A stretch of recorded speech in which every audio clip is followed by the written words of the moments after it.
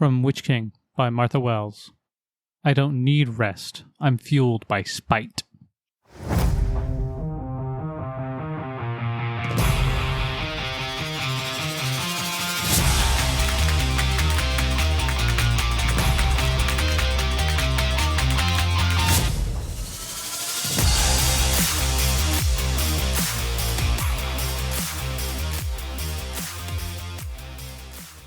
Welcome back to the Reading Room Ruffians, your favorite library podcast. It's me, Mallory, going totally crazy. Am I even a lady?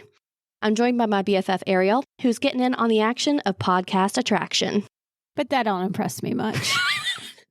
Our Supreme Overlord Carla is here doing what she dares. I'm sorry, I have no words now. We are recording from our library in Jackson County, West Virginia. Zach is joining us from Seattle, Washington. Totally free to feel the way he feels. Man, I feel like a woman. Oh my God.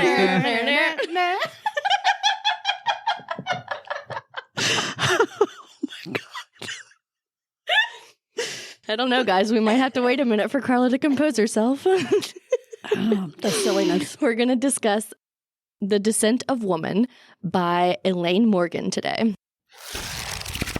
Okay, we'll just get right into it then, I guess. I apologize for my voice today. I've been sick. So. Look at her. She's got sticky notes and everything. I do. Yeah. I was trying to be professional, but It looks very it's professional. Like I read. Yeah, I know. I read part of it, then I got sick, and then I was a week where I didn't do anything, so I tried to read again, so it's kind of disjointed. But I do have my little sticky notes for the pages. So It looks very good. Pages. I read this book originally, probably 20-some years ago. And the thing that impressed me most about it then, and still does, is the fact that they take a very common theory, the theory of evolution, where people like are all for it or all against it. It's like there doesn't seem to be a lot of middle ground there. But they turn it on its end and look at it from a completely different perspective. And my opinion, it's a more scientific perspective. The reason some of our anatomy is the way it is not just for the pure pleasure of one. Of a man. Yeah. Just saying. Yeah. One member of the. We are not made for sexes. men. But anyway, it's a really fascinating book, and it starts out really good, and they give a lot of examples. As you get more into it, there's a lot of extra stuff that probably didn't need to be in it because it just kind of drags on for a while. But overall, it is a really thought-provoking book, I would say would be a good way to. Yeah. And you guys read some of it. I know you didn't Some read of all it. of Yeah, it. some of it. They did not But, finish. The issue is there's no audiobook for this thing. There's Yeah. not. It's too old. I mean, this is a very, very. Upsetty Yeah, spaghetti. 1972, so. Yep. I can't. So, I tried. I forced myself, and I was like, guys, you got to leave me alone. And my kids were like, but Mom. Throw them away. There's days. there's another one too called The Aquatic Ape Hypothesis. Yeah, it's like her sort of follow-up. This is book. more, yeah, and it's more. It goes more into the physical characteristics, more detail. And there was an actual follow-up, The Descent of the Child. I read 4 chapters of that one before I realized it was child and not woman. I was very confused for a couple of minutes. It's like, what is this? I mean, she's written quite a few. Yeah. But I even watched a TED Talk one time. There was this 80-year-old woman. I can't remember who it was. I don't know whether it was her or somebody else talking about this book. And she's like, scientists need to get on board and look at this evidence because it explains a lot more than Darwin's theory of how we evolved.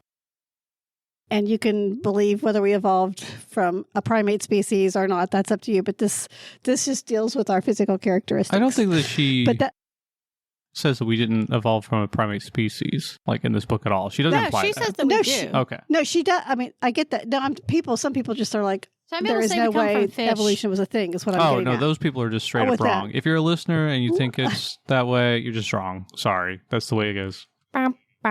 Anyway, back to this 80-year-old woman. She was talking about this book, and she was like, "This is a legit hypothesis." Yeah. Just like I think it's a good one, too. I agree. Yeah. the Darwin's is, and people need to get on it. She's like, I'd like to see this explored more, and I'm running out of time. I'm 80 years old, so Yeah. get at it. But it was like so funny because she wanted to see it in her lifetime, explored a little deeper. And basically, go ahead. I bet you it was her, but yeah, go ahead. Continue with what you were saying. It could have been. I can't remember. This one explains, it takes a look at our physical bodies and explains why we are so different from a lot of the other mammals and our closest relatives, the great apes and stuff like that. And we're the only ape species that doesn't have really hair. I mean, we have hair, but it's not like a full covering of hair. Fine hair as opposed to fur, which is different. Right. Mm-hmm. Yeah. And it lays on our body in a way that would shed water easy, what little bit we do have left. And the only places that we do have a lot of hair are to protect certain areas or on top of our head. So why would it just stay there? And she talks about how that's explained also.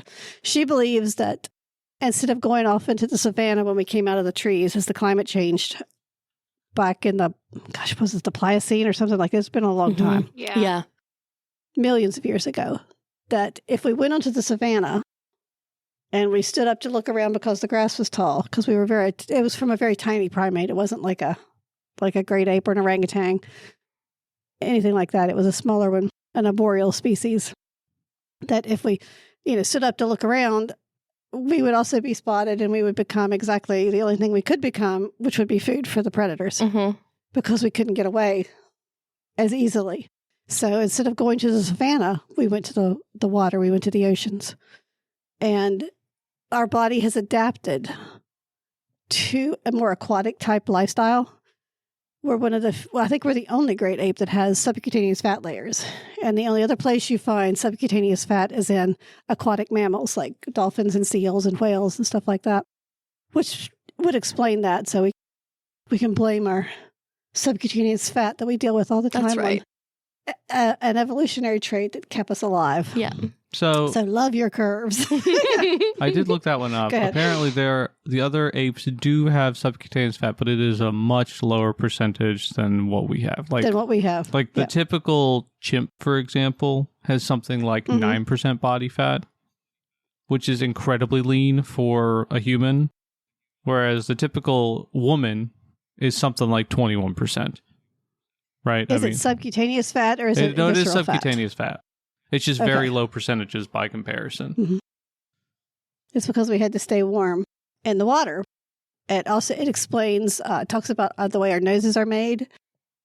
Compared to other primate species, we have much more of a nose with the cartilage and the nostrils set closer together.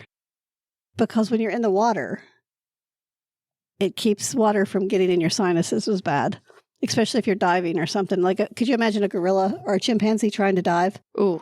I mean, it would just be swamped. I remember that section, and the only thing I could think of at that point was, that's the one thing I think that I buy the least out of this whole argument, mostly because the nose thing? Mostly because I don't think I've ever met a person who's like, yeah, no, I never get any water up my nose ever. No, it's like that it would totally protect you, but because we didn't stay in the water long enough to totally adapt. Otherwise we could be like seals and close our nostrils. We'd be able to close our noses and stuff like that. Maybe that's why we can flex them so. It could be. I mean, we didn't stay long enough to be completely aquatic, like a dolphin or a whale or a seal or something like that. But we were there long enough that it affected our physiology. They talk about manatees in there. They do, and they bring that up with something else. It's the first time this theory was actually suggested was by Professor Sir Alistair Hardy in an article in a New Scientist in 1960. So it's a fairly old theory. Yeah. And we still really haven't looked into it much, which, I mean, it's fascinating. I think a lot of the Darwin stuff too, it's like, especially the female body evolved to be sexually attractive to the males.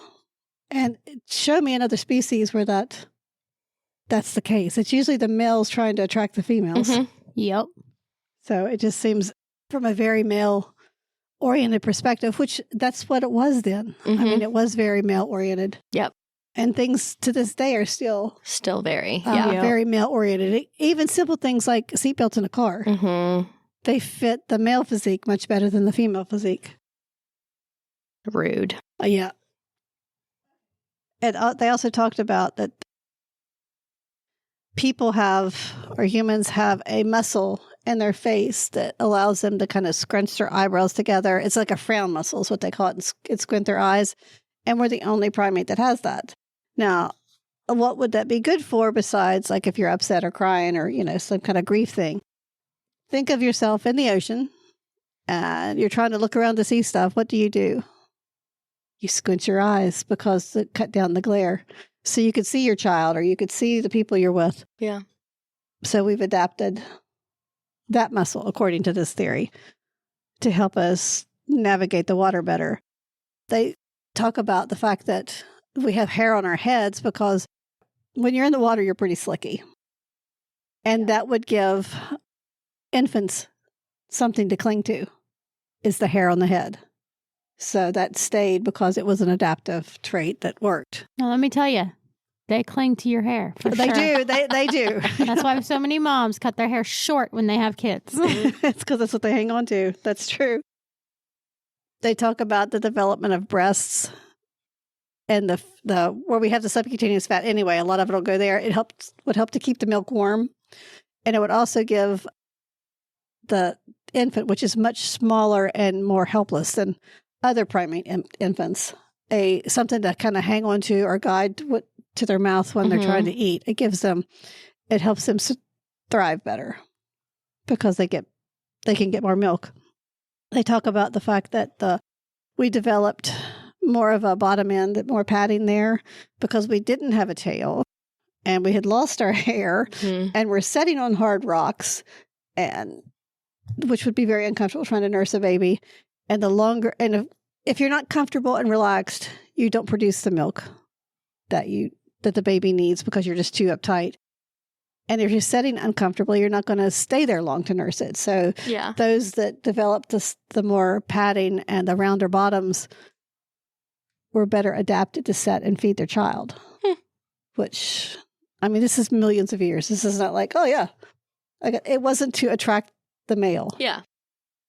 And our whole sexual physiology changed to adapt to the water environment. So, and that's it goes into great detail in the book about why our genitals are the way they are. Yeah. So, but I'm not going to get into that right now because I don't know who's listening and it may be offensive and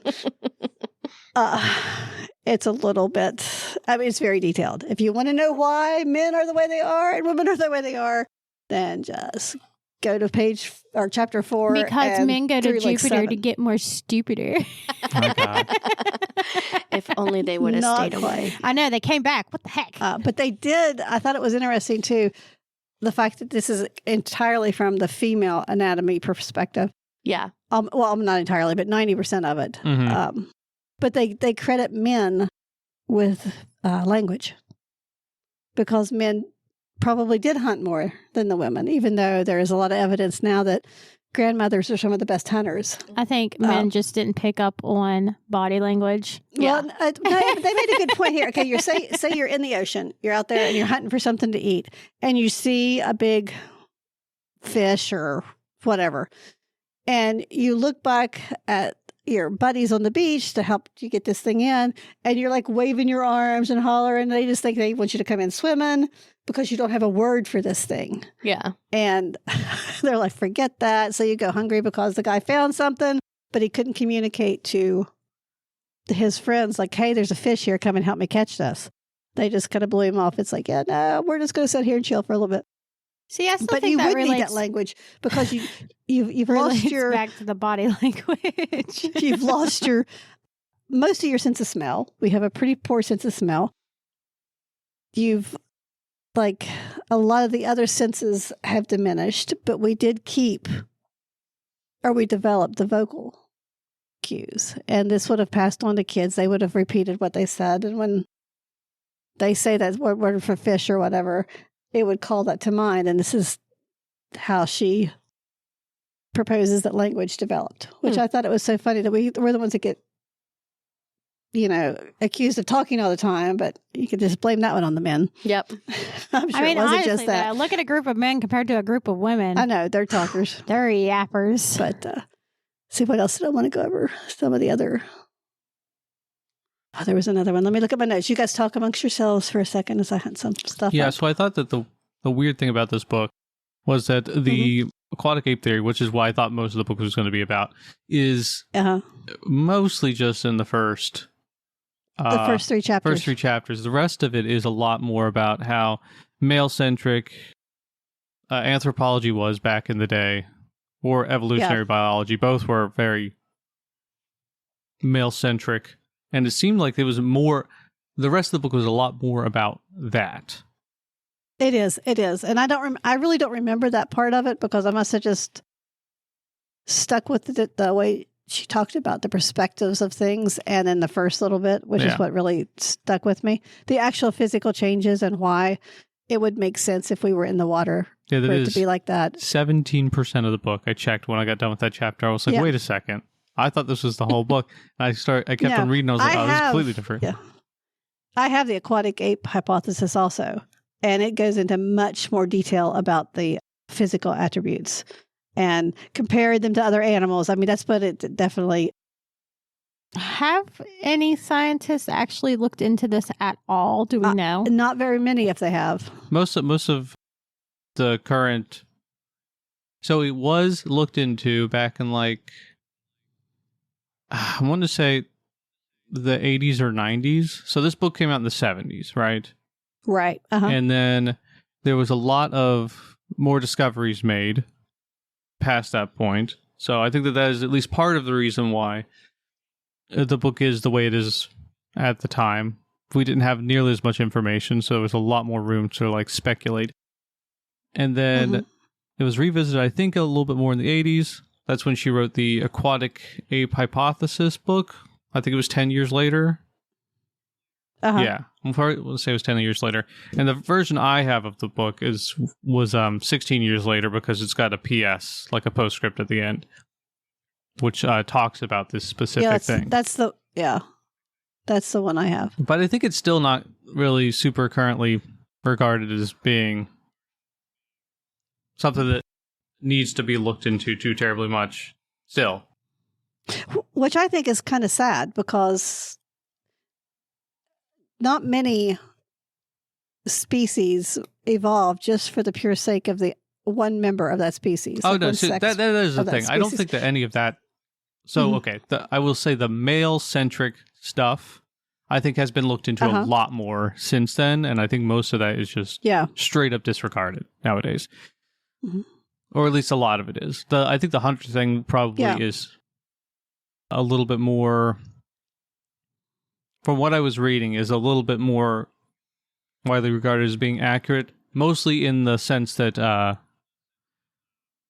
the reason why we don't have hair is because we needed to be able to dissipate heat for our hunting style, which is different from most... I think pretty much all other animals' hunting styles. We're endurance predators. We just run for a long time until the big wild fauna that we try to eat falls over and dies. That's how we killed antelope back in the day. We would run after them. Yeah, we ran them down until they died. They're faster than us, but we can run for a lot longer. Yeah, I don't think that totally explains why we would have had that subcutaneous layer of fat, though. No, that wouldn't explain that part. For me. But that does make sense why we have more sweat glands and we don't have hair. That is at least a possible explanation. That's, I think, the one that's more widely regarded. But the other stuff, the rest of the book, the stuff that's about, I think she's a lot more right nowadays than people thought she was back in the day. Yeah. And the other thing I was going to mention is that we cry salt tears. And usually only animals that are in a saltwater environment will oh God, I can't even say it. Well, Exude? Make tears that have salt. Exude. Make tears that have salt in them. Salt in them. Yeah. It helps them dissipate some of that salt that they're absorbing just like from splashes and their food and stuff like that. That's why crocodiles cry salt tears. It's because they're misunderstood babies. They are. And the fact that they live in the salt water. There we go. That is but helpful. Seabirds will do that. Mm-hmm.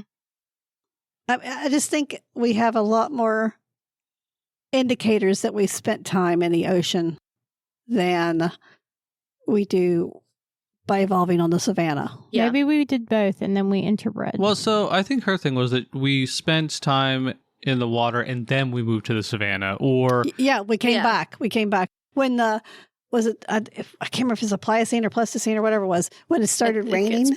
Pliocene, the rivers started flooding again and like flowing really strong. And we started going inland up the rivers. And to this day, I would say 80% of our settlements are along water. Mm-hmm. Oh, yeah, we 100% do that. We just hang intentionally. out. And I was listening to one of the podcasts earlier, and Mallory and Ariel was like, yes, we're called back to the sea. And this is way before this book came up. Yeah. It's just the expressions we have. The sea calls us. Because we're secretly mermaids. We are. I mean, I think it's because we probably have a genetic memory of spending time in the water.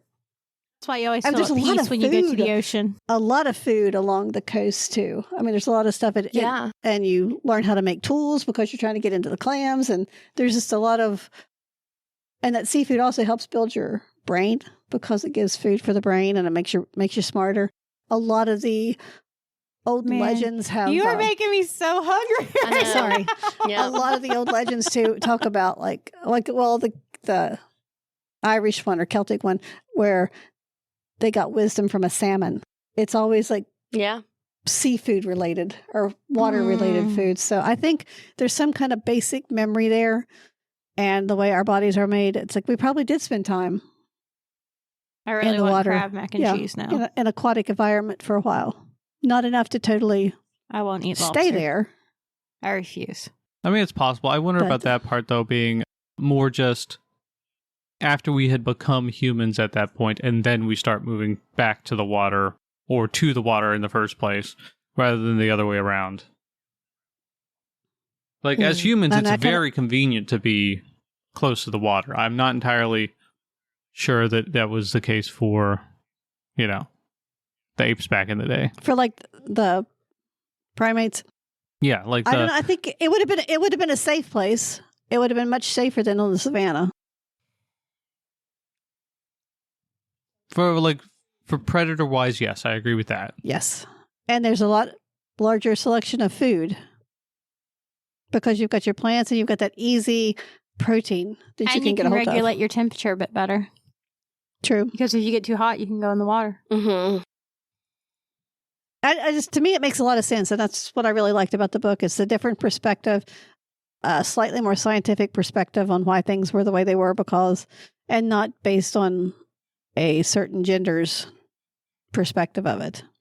Yeah. I mean, some of the stuff today, it's like, oh, well, the man went out and hunted and he brought home stuff for the family. And I guess all the woman was supposed to do was sit in the cave and, poke at a fire and raise kids. And that's not, there's women, no way. In primitive societies, women provide 60 to 80% of the food. Mm-hmm.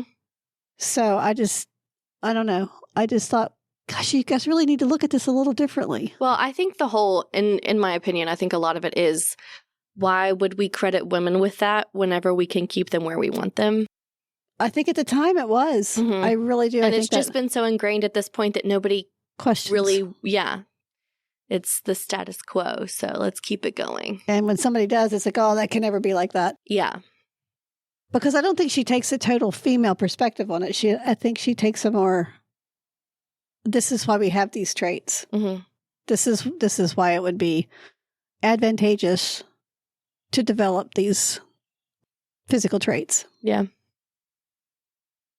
Yeah, no, it makes sense. I mean, she's got better explanations for a lot of the traits than I've seen At least the older versions of stuff. This is the issue. I don't think any of us are really up to date on what the stuff is, like the reasoning for things is nowadays versus what it was back in, the 60s and 70s and even 80s, right? Uh-huh. Like our reasoning has changed vastly since then. But also for me, it's like the 80s was not that long ago. Mm-hmm. I mean, I realize it was 45 years ago. It's okay. but it's like, for me, it's only, it's like 20, or it was like yesterday. Yeah. It doesn't seem, and I haven't kept up with a lot of this stuff over the years because, you get busy raising kids and doing stuff and working and, stuff. But I don't see where it has changed that much from the Darwin perspective.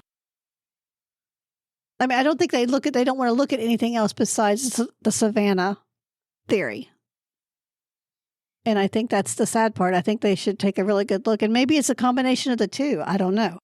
But like once you get that theory in your head, it's like, well, we can't look at anything else because that's the way it is. Yeah. So I don't know. That's the thing that I found most interesting about the book. I think if you just wanted to look at the theory part and the physical adaptations, the aquatic ape hypothesis would be the way to go. But she goes into some serious subjective detail on I think this is what it is and gives all these reasons. And some of them are just, I don't know, maybe anecdotal. Yeah. Which there's nothing wrong with anecdotal evidence, but I don't think it proves her point in some of these situations, but it does make you think. It does make you look at it differently, which is, I think, the major point of the book. I agree. Yeah. Stuff like that is important. I mean, if you only look at something one way, you're only ever going to get one answer. Yep. I see what these so the speech chapter, there's a bunch of different chapters in this book. People should definitely read it. I think it's very interesting. Mm-hmm. The one I thought was funny was the one on orgasm. I was going to say, that one was so long. She was so angry in that chapter. It was great. It's like... I read 4 chapters of The Descent of the Child, and she went, I think in that one, she goes a lot more into that, because the first 4 chapters were pretty much all about that.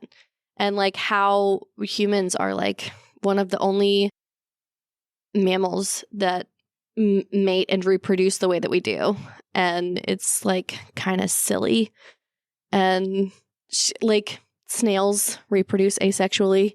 And they found a certain kind of snail that reproduces specifically asexually whenever there is a lot of parasites around. And then whenever there's not, they reproduce... Okay, when they reproduce when there is a lot of parasites around, sexually? Yes. And that's the only time. I thought, that is wild. Have you heard about these snails? This is off topic. But have you guys heard about these snails that, I think they're snails, they might be slugs. Anyway, pretty sure they're snails. Anyway, they're all hermaphrodites, right? And the way I have heard of these, yeah. The way that they breed is that they have basically stingers, and they will try to sting each other and inject sperm, but it's like an actual stinger type thing to inject the sperm. It's wild. And they have fights. That's how they breed. They fight each other. Oh my God. Spears the one first. Kink. That's effectively the dude in the relationship. Haha, I win. It's so goofy. Yes. If that could happen, this could definitely happen. Yeah. It was just, I think by the 3rd chapter, I was like, man, Carly really did say that they talked a lot about sex in this book, but this feels like a lot. It's the wrong book. So I finally scrolled back up. I asked Ariel, and then I scrolled back up to the book, and I was like, yeah, okay. Try again. Yeah, I was trying to pick a new class. Yeah. When you messaged me. Yep. And if you click off of it, it's gone. You have to start all at the beginning. So I was like, she's just going to have to wait. Yeah. I talked myself through it. It's okay. Okay, Ariel, you read some of it. What did you think? What is it? I asked what you thought because you read some of it. I liked the theory. I thought the theory it seemed sound and it seemed like, more logical than some of the other crap and that you hear in science and stuff like that. And I agree that I think a lot of it is just definitely where men, think less of women, and so they can't credit us for anything, and that we are only here to make babies and be cute, which is absolutely insane. Yeah. But yeah, I definitely think that they need to look more, maybe not so much more into this theory in general, but like just the whole idea that maybe what we have figured out isn't exactly right. Because some of it doesn't make sense. Like you were saying, like most species don't evolve to be more appealing, like females to be more appealing to males, because most of the time the females evolve to be like camouflaged or, selective. Because you want to make the best child, and, if you're growing the child, you should get to choose the best possible mate for that. Yep. Like shopping.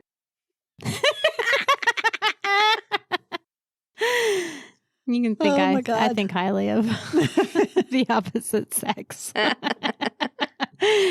Not sorry. I don't think this book, though, is a woman. It's not. It's not. It's not like, women are mighty and all powerful and we're the best. It's definitely just like, hey, this doesn't make exactly the best sense. Consider these alternatives. Yeah. And here's an explanation. Yeah, it is mostly, basically, it is a response to especially the time about how everything was male-centric, and that's the reason why we have all these traits. Yeah. And saying, no, what if it was actually the females that were the reasons why we have these traits? I think it's obviously going to be a combination of both, because, you can't have either one existing in a vacuum, but... Yeah. And the whole idea that just men hunted and provided food and stuff like that, it's like, lions. So silly. It's women that do it. Yeah. They probably both did it. Humans are a little bit wonkier because we are so helpless. I think we would have both. We would have both done it. I agree. Yeah. I agree that probably we both would have done it, but if there was a child around, it was almost certainly the female that stayed behind. I would say woman, but they're technically not women because they're not humans. But or at least like one. The females. It would have been the mothers, possibly. The mothers. Yeah. The mothers not stayed back. Not necessarily the females. Yeah. The mothers would have stayed back, and the other if they could have. Females would have had to have gone out, or could have gone out and done stuff, or they would have gone around and gathered stuff. Who knows? Yeah. If they're not actively hunting, they would have been doing something else. Yeah, they would have been. It doesn't take a lot of danger to go pick up clams or crabs or whatever you can. Yeah. But I've been, since we've been talking about this over the past couple of days, I've been looking up some of the reasonings. It's still nobody has any idea for the human breasts why they are permanently there, as opposed to just on most other mammals where they will effectively become prevalent when they are breastfeeding. Yeah. Yeah, there's just not a... I wish there's not really a good away. explanation Seriously. for that. Still. It's where we store fat. Yeah, there's so nice. People said energy reserves for one thing.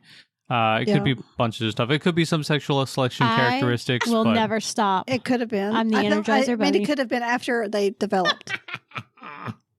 But I don't know. Maybe not. Maybe. It's my battery packs. So it doesn't. That's the one that doesn't make any sense. The butt one, it could very well be sitting. That's apparently been a thing, but also apparently because we're fully bipedal, it's helped for stability and endurance too. So yeah, it's an additional thing. Yeah, so I don't figure there's just one specific thing. Because no, it's just you can get benefits from these evolutionary traits. Yeah, based on whatever, and as long as they're not disadvantageous, then it's fine. Evolution will generally keep them around.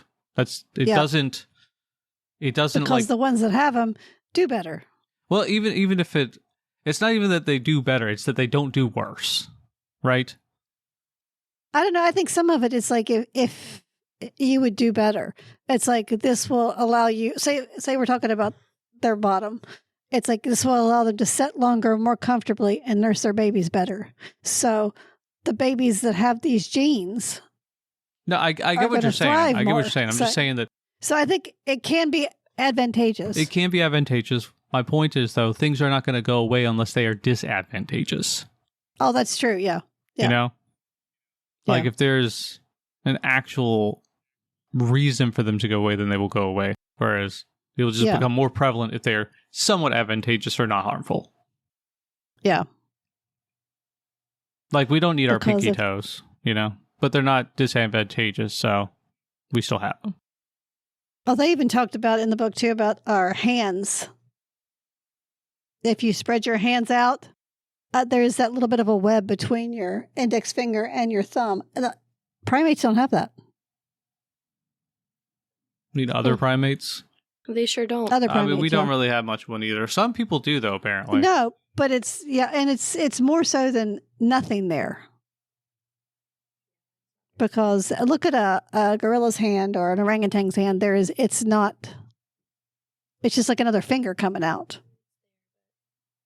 Yeah, I felt like that was one of the weaker arguments, but I see where they're coming from with that one. But it's just like, it's a bunch of little things that... Yeah, totally. That Makes point sense. to that.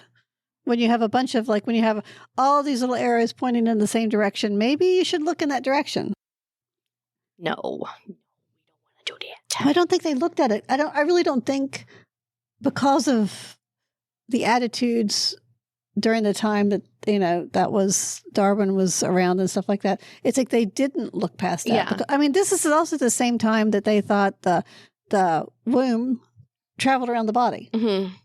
And that's why women had issues, because, their uterus was up along their lungs or something. I just think that's so crazy. Like, whenever you really think about it, men and women really did get through everything together. And then suddenly somewhere men said, we're better. Yeah. And it's like, why? I actually have a kind of a theory for this. I think originally it was like, maybe we started going into other territories and there was fighting. Mm-hmm. And the men did try to protect the females like most animal species will. And after a while, they just got to the point where it's like, you stay here and you stay safe, do what I say, or we're all going to die. And then it just developed from, got more. Died. I don't know. That's my guess. I'm trying to be generous. I think religion has a lot to do with it. What's that? Religion. Religion does. Yeah. But I think this was probably a thing before some of the religions. It was probably a thing before basically any religion. I mean, if nothing else, men are on average, or males of whatever, because it could go back to like Australopithecus times, right? We don't know. But males are generally bigger and stronger. They're going to be more overpowering. It's just a thing. It goes back to ostriches. They need to fight. It goes back to ostriches. It all leads back to ostriches. Wait, what? And how they have underground nests, apparently, according to you. Yeah, they do. Which is nonsense. What? Yeah, that's why ostriches stick their heads in the ground. They have a nest down there. It's not because they're scared. Oh, yeah. Okay, we have definitely derailed on that one. It's reproduction. Well, he said it goes back to Australopithecus. Well, yeah, and I thought he was going to say it goes back to ostriches. Okay. Yeah. So I was like, there was a connection there. What? There was a connection. I didn't get it. I was busy talking. Okay, this is completely off subject, but we're kind of on animals, so I guess not horribly. So I read the other day that there are some species of sharks now that are swimming in volcanic water to keep themselves safe. What do you mean volcanic water? What? Like water around volcanoes that's like 100 degrees that's or really so. Hot. Oh. Yeah, there's like all kinds of stuff growing down there now. And they can tell when it's getting ready to erupt and go out. And like the bigger sharks that would like normally eat them or fight them or whatever can't go in there because they can't tolerate the temperature. Yep. And they have the little sensors on their noses, and that's how they find their food because the water's so murky. Yep. That's pretty interesting. There's like all kinds of stuff popping up out in volcanic waters now. Evolution. Mm-hmm. There's even maybe we'll find mermaids. Yeah. I hope not. Humans, it sounds like the humans that didn't come back onto land. They're the ones that didn't make it back. Yeah, they didn't follow the rivers up, and were they're like, no, I'm going to commit to the aquatic life. I'm going to stay right here. Yep, and then they turned into the terrifying mermaids from the books that we read. Dang. Yeah, but remember, those mermaids were not primate based. No, they weren't. No, they were not. No, yeah. But that's the reason why there's no regular mermaids around anymore. They all got killed off by the crazy fish mermaids. Demon fish mermaids, yeah. Yeah. Demon fish. I don't know what, I mean, they really weren't so much fish-like either. No, they weren't. Maybe it was a weird hybrid. Yeah. I think that they were aliens. That and like what humans could have been had they stayed in the water. I mean, I just think of all the ways that humans have evolved on land, and like, don't you think it would have gone that way in the water too? Like, just getting deeper and deeper and collecting all the different kinds of things that work for all of the other animals down there. Yeah, it's developing the gills that would have been the tricky part. Yeah, I mean, okay, yeah. So that those sorts of mermaids, maybe having the gills. You could be. I don't know. Because they had the gills and they still had the lungs, but they had the stuff that like... Amphibian-esque. Yeah. Oh, they're frog mermaids. That's what it is. They probably developed frog from princess. Love that. Love that. We gotta stop. This has gone from, this book to just evolution in general. Mm-hmm. Which I don't think is actually a bad thing. No, I mean... Things have evolved into like crazy, like the ducks that evolved to keep male ducks away from them. Yep. Yeah. Did you hear about those? I don't think so. Okay. Female ducks developed almost like barbs or teeth in their reproductive organ because the male ducks were forcing themselves. Oh, they're aggressive. They really are aggressive. And so they took care of that problem. Yeah.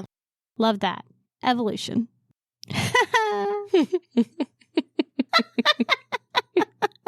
Just saying. You guys worry me. It's hard out here for a woman. It ain't easy being a villain. Nope. But yeah, evolution. It's cool.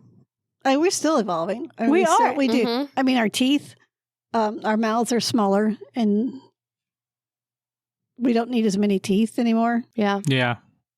And some of us have too many teeth for our mouths. Yeah. I sure did. Yeah, that would be me and you and Ariel. And well, not anymore. I got them all pulled out, but I lost mine too. I had them pulled. Well, they didn't have them pulled. They just did it. Oh. I pulled them.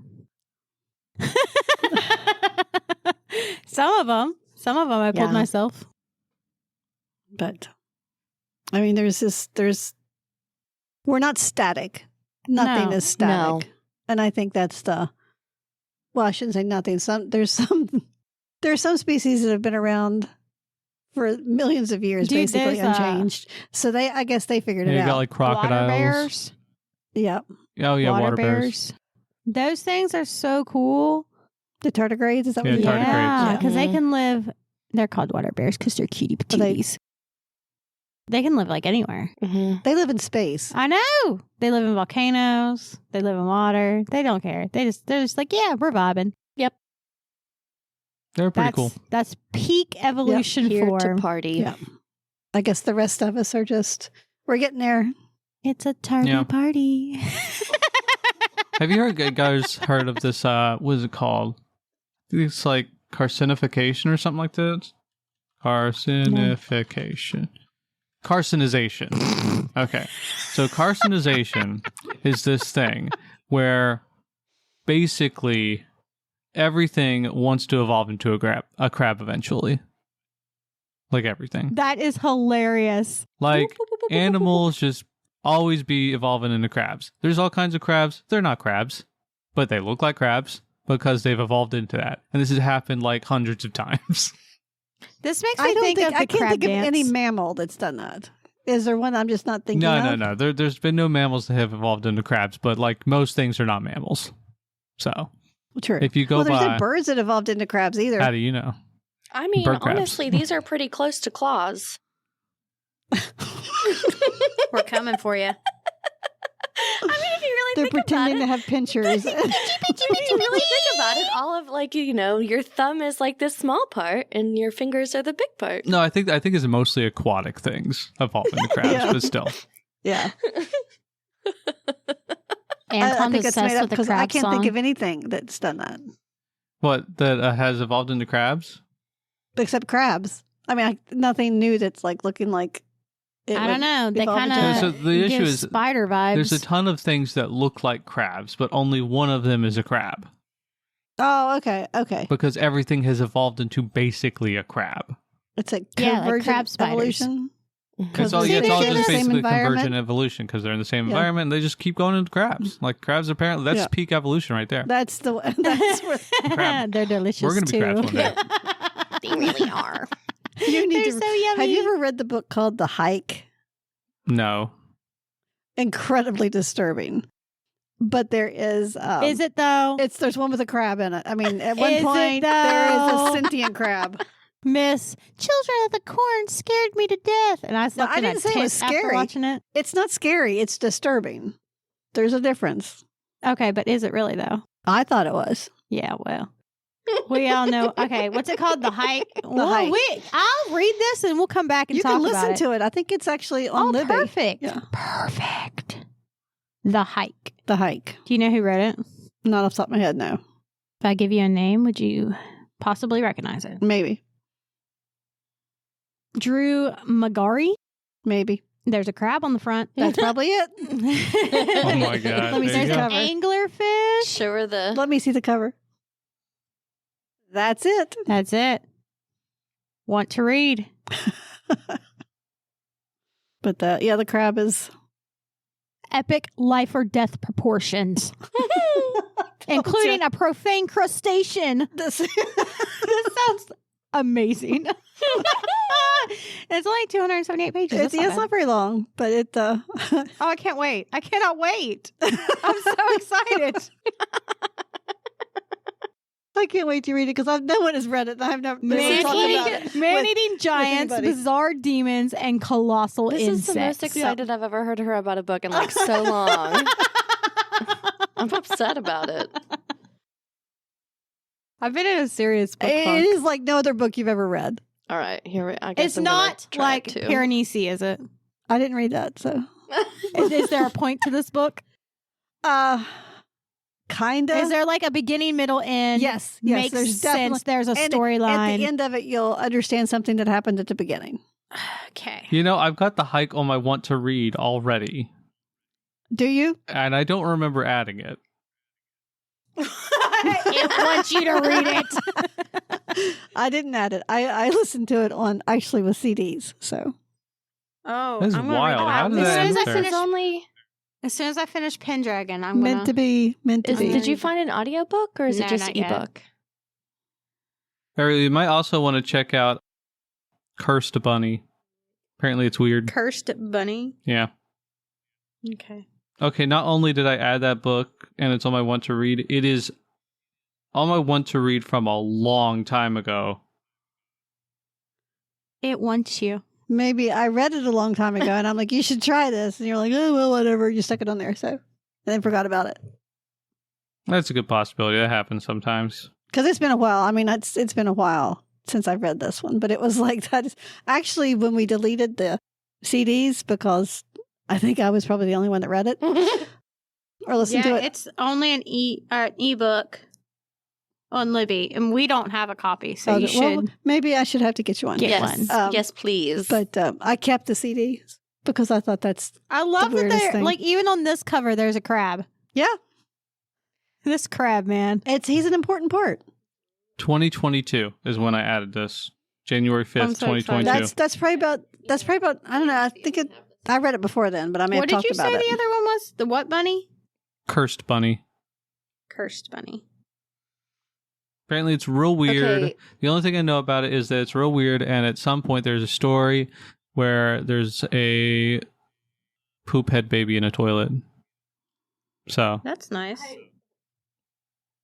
There you That's go. not the hike. That's no. different. Look at this cover. I like this cover too. It has all kinds of different things on it. That's the cover, Says like it on the book. effortlessly glides from being terrifying to wryly humorous. Yeah. Yeah, that's the one I got on Goodreads. Oh, okay. And I can almost guarantee you it's like nothing you've ever read. It's on Audible, though. Mm-hmm. I have 2 credits on Audible. But if you want to get it in Libby, I'll save mine. I'll try to get it in Libby. Yeah. I'll try to get it in Libby. All right, let's get back to this thing. Okay, because we got to wrap it up here soon. We've been about an hour. Yeah. I guess I don't have really thoughts. I think the main thing I would like to see, like, so this is an interesting book. I'm going to actually go back and finish it because, like I said, I didn't finish it entirely. I would like to see what the modern theories are for a lot of the stuff she goes over. I want to see how much of it she was right about versus not right about.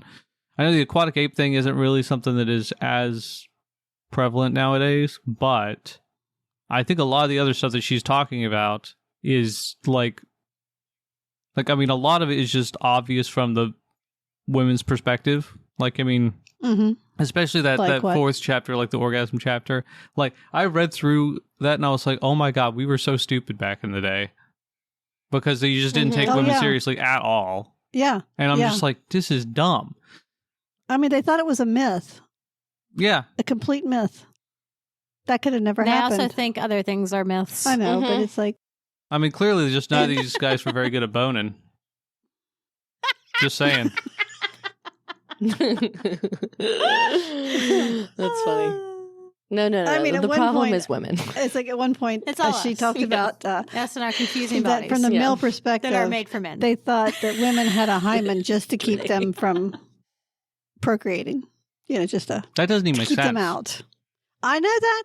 Yeah, no, see, like, this is the thing. None of it makes sense in that chapter, what we used to believe. And I know most of the stuff has been updated, and this is a very 60s, 70s sort of idea. Nowadays, we know more. I want to see how much of that stuff that was in this book that is now modern day, that is, she was right about.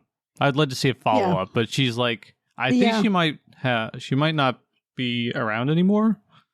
Elaine Morgan, Did she die? What was her name? Yeah, I think she did die. Yeah, 2013. Like a few years ago. Yeah, so she was 83? Maybe it was the woman I heard on the TED Talk. I don't know. She did a TED Talk 15 years ago, apparently. That would be about right, yeah. Yeah, so it was probably her. And I watched an interview with her. I was watching an interview with her. And she's just a sweet old lady. Yeah, she was. But she tickled me when she said, get on it, guys, because I don't have much time left. She didn't. I mean, she really didn't. Been a couple of years after that she died. Yeah, makes sense. But yeah, I'd love to see what updated views of this stuff is. That'd be interesting. She has a child named Dylan. I mean, I think this also, I hear a lot nowadays about where people talk about the patriarchy, and it's like, and now it's like, oh, there's no such thing as a patriarchy. What are you talking about? It's like, it's 100% a patriarchy. I mean, did you not grow up in the 60s and 70s and even into the 80s? Yeah, it was very prevalent. Okay. Very it's still prevalent. And I was like, it's just less but I mean, it's like, but I mean, I would have been lobotomized. It's like, I don't think you can discount those feelings and that experience because maybe it's not as much there now, but it was. Yeah, no, 100% it was. And it's still around, especially in the more, I don't want to say isolated, but more rural areas. Yeah, more rural areas. It's still a lot more. I mean, even in the rural areas, everyone knows who actually takes care of the main households and farms and stuff like that. But still, it's a man's world. Yeah, it's still a man's world. It sucks. Yeah. That's just the way it is. We've gotten better over the years, but we have. The people who are denying this are the people who benefit the most from it. So I was going to say we're starting to regress, though. I know it's getting pretty. Sometimes we really truly are. It's getting really creepy out there. I don't think we're actually regressing. I think they're just becoming louder. It's a lot easier for people to be heard. Well, this is true too. Okay, so Elaine had a son. His name is Dylan. He died before she did. Oh. 2 years. 2 years before she did. Oh. But he was a mathematician, physicist, hypnotherapist, and author. He wrote a book, Hypnosis for Beginners. Well, all right. Okay, so our next couple of episodes, again, we are going to talk about Zach's nonfiction, The Chip Wars. Then we're going to do a new curiosity from Carla and Zach. And I think they're going to do that on hypnotism. I think that'll be really fun. And then we're going to do my nonfiction, which I picked Somebody Feed Phil, the book by Phil Rosenthal. I'm really excited about this. And I genuinely want y'all to watch some of the TV show before we do this. I think I just ordered that book too. You did, because I requested it. Hee hee. And then we're going to do Ariel's deep dive pick. And she picked Manhunt by Gretchen Felker Martin. And then we're going to do a new book chat. Yay! All right, we hope you enjoyed today's episode. It's time for us to sign off, but before we go, only the best libraries have librarians who don't shush you.